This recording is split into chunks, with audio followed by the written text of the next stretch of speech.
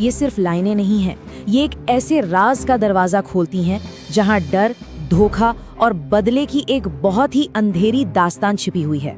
Internet पर ना कहानियां तो बहुत वायरल होती है, पर कुछ होती हैं जो दिमाग में एकदम बस जाती है। आज हम एक ऐसी ही कहानी की परतों को खोलेंगे।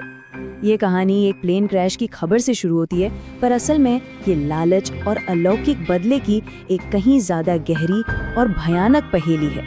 इस पूरी कहानी का दिल, पता है, बस इसी एक सवाल में धड़कता है। जरा सोचिए, अगर मौत ही अंत ना हो तो? अगर कोई अपनी कब्र से उठकर सिर्फ वापस ना आए, बल्कि अपनी मौत का हिसाब बराबर करने आए?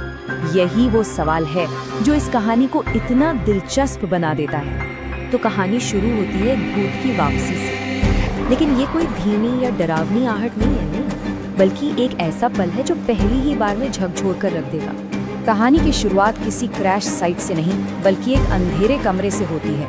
कहानी की मेन कैरेक्टर प्राची जैसे ही कमरे में जाती है, उसे एक भयानक मंजर दिखता है। खिड़की के पास एक कुर्सी पर कोई बैठा है, जिसका काला सूट फटा हुआ है और गर्दन पर खून के धब्बे हैं। और फिर वो शख्स धीरे से मुड़ता है, उसका आधा जला हुआ चेहरा और एक आवाज जो खामोशी को चीर देती है, मैं आ गया प्राची। ये कोई और नहीं, बल्कि उसका मरा हुआ पिता संकेत है। एक ऐसा सच जो प्राची की दुनिया हमेशा हमेशा के लिए बदलने वाला था। तो एक तरफ एक बेटी है जिसके सामने उसके मरे हुए पिता का भूत खड़ा है, लेकिन दुनिया की नजरों में कहानी कुछ और ही थी।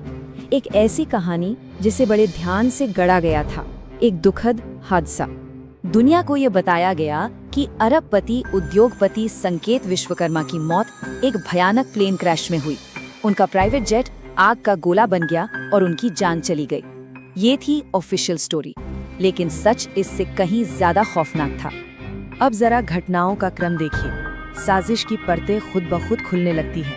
क्रैश से ठीक पहले पिता बेटी की एक प्यार भरी बात होती है, फिर अचानक दुर्घटना हो जाती है और मौत के कुछ ही दिनों बाद मातम की जगह बिजनेस पर कब्जे की लड़ाई शुरू हो जाती है। इतनी जल्दबाजी? ये दुख तो नहीं, बल्कि किसी गहरे लालच की तरफ इशारा कर रहा था।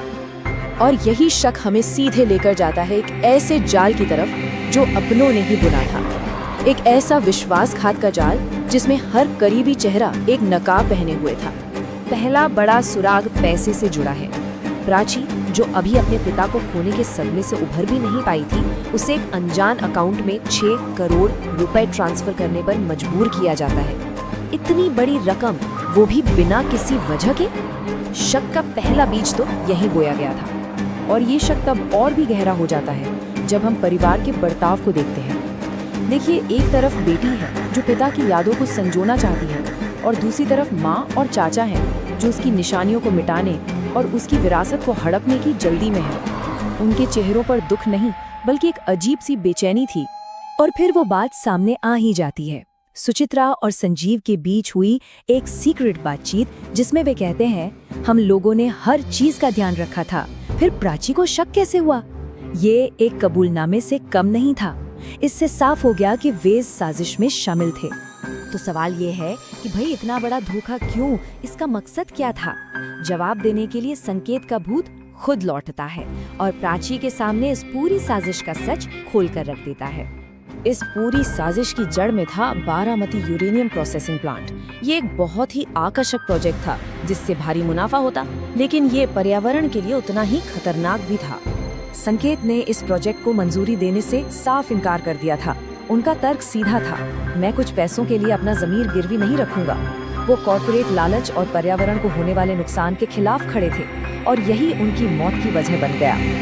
और इस साजिश के चेहरे जब बेनकाब होते ना, तो दिल दहल जाता है। एक भ्रष्ट मंत्री, प्राची का बॉयफ्रेंड जो प्यार का नाटक कर रहा था, उसका अपना सगा भाई जो दौलत के लिए बिक गया, और सबसे बढ़कर उसकी अपनी पत्नी।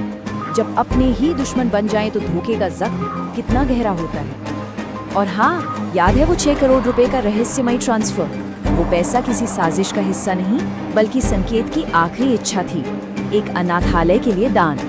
विडंबना देखिए, प्राची अनजाने में अपने पिता की नेकी को पूरा कर रही थी, जबकि बाकी सब उस पैसे को अपने लालच का सबूत समझ रहे थे। अब हम कहानी के अंतिम और सबसे विस्फोटक हिस्से में पहुंचते हैं। एक पिता का प्रतिशोध। जब न्याय के सारे रास्ते बंद हो जाते हैं तो बदला शुरू होता है। बदले की शुरुआत होती है धोखेबाज बॉयफ्रेंड हर्ष से। संकेत का भूत उसके सामने आता है और सिर्फ एक चेतावनी देता है, मेरी बेटी को हाथ भी लगाया तो। ये एक अलौकिक शक्ति का सीधा सामना था। और इसके बाद जो होता है वह भयानक है। संकेत का भूत हर्ष को हवा में उठाता है और उसे दीवार तोड़कर प्राची और बाकी साजिशकर्ताओं के सामने फेंक देता है। हर्ष की वही मौत हो जाती है। ये सिर्फ एक हत्या नहीं थी, बल्कि एक ऐलान था कि बदला शुरू हो चुका है। और अब आखिरी हिस्सा।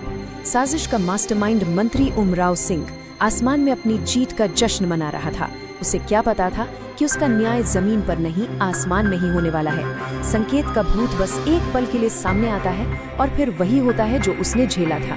एक आग का गोला, एक प्लेन क्रैश और जलते हुए मलबे के बीच एक आत्मा को आखिरकार शांति मिलती है। बदला पूरा हो चुका था। तो अंत में ये कहानी हमें गहरे सवाल पर लाके खड़ा कर देती है। जब सिस्टम इंसाफ देने में नाकाम हो जाए तो क्या बदला लेना ही न्याय कहलाता है? इस कहानी में न्याय और प्रतिशोध के बीच की वो बारीक रेखा आखिर है